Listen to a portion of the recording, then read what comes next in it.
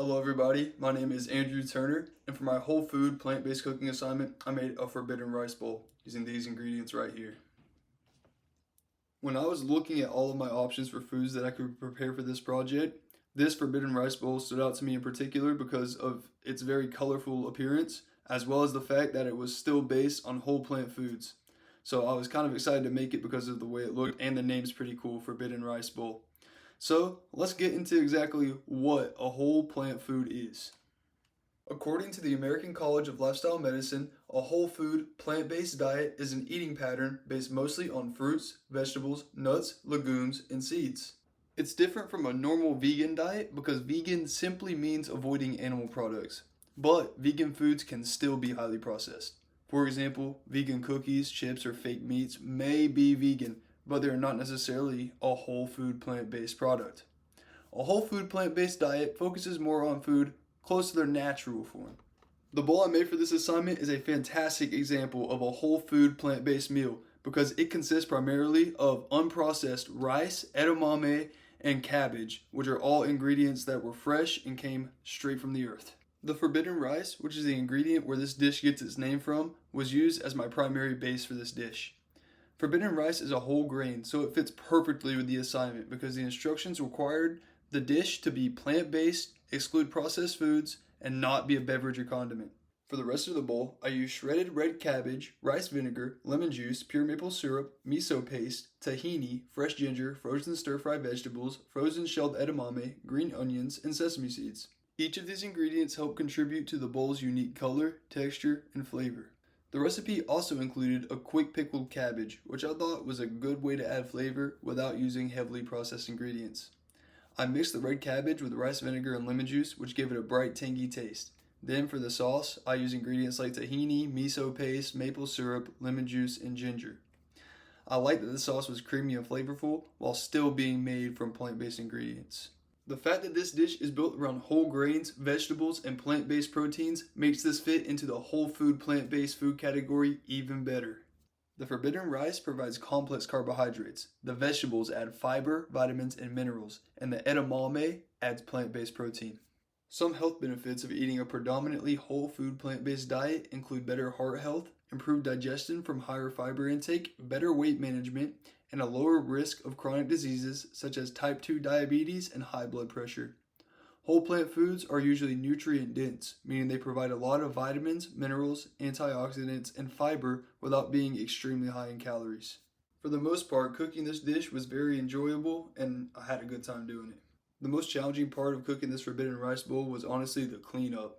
I had to do a ton of cleanup with all the pots and pans I used trying to make this bowl. I had to clean the rice, so I had a strainer that I had to clean. I had to cook the vegetables in a frying pan. I had to cook the edamame in a pot. And, I had to do the rice in another pot. It was just a lot of pots and pans everywhere and a lot of strainers and silverware. And, cleaning up's never fun. No one likes to clean up after themselves, but it has to be done. And that's probably one of the reasons why this took me a whole hour on the dot to complete. But, in the end, I think it was worth it. And then another thing that I learned from this was how to cut cabbage. I've never actually cut cabbage before, so this was my first experience cutting cabbage, if you can call it an experience. It was pretty cool. Never touched a thing of cabbage like that, so very cool experience. And then I got to pickle it, and I was surprised by how the flavor changed after I pickled the cabbage. And other than that, the recipe was pretty simple.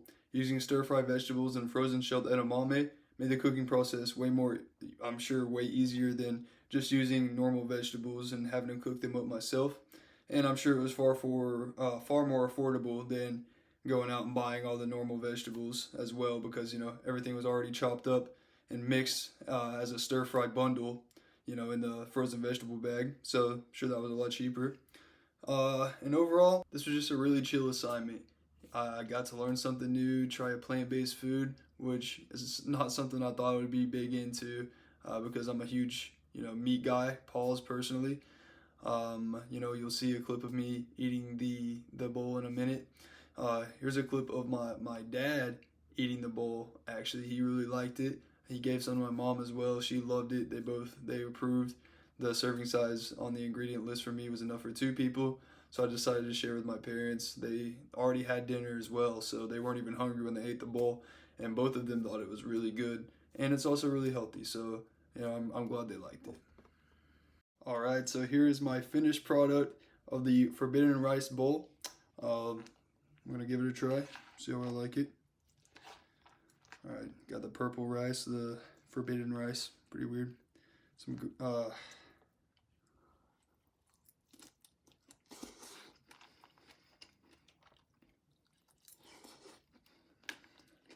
Actually not bad. I like my meat, personally.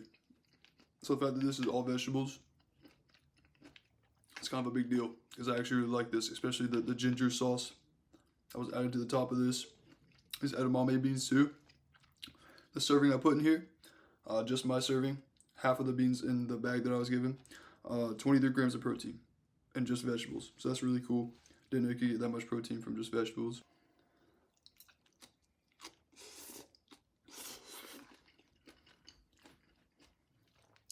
Boss. Don't know if I'll make it again. It took me a good hour to make this. I don't know if that's because I'm like a slow cook or what, but it really is delicious. You know, I would definitely recommend it. It's very colorful. I love how colorful it is. And overall, I'll give this, honestly, taste wise, solid 9 out of 10. Cooking time, prep wise, it was also kind of expensive, running me $45 whopping for all the ingredients to make this bowl. That's a lot of dollars. Could have got me like 4 Chipotle bowls, 4 kava bowls, whatever floats your boat.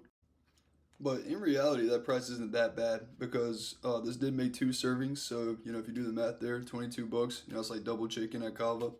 And then if I were to make this again in the future, I already have a lot of ingredients left over. So it would cost me significantly less. My guess would probably be, just for the vegetables and everything that I used up, probably around $10 to remake this, and then an hour of my time, like I said. But overall, I'll definitely say delicious. Probably, you know, just being only vegetables, I wouldn't expect it to be this good. So all in all, this, definitely the stuff.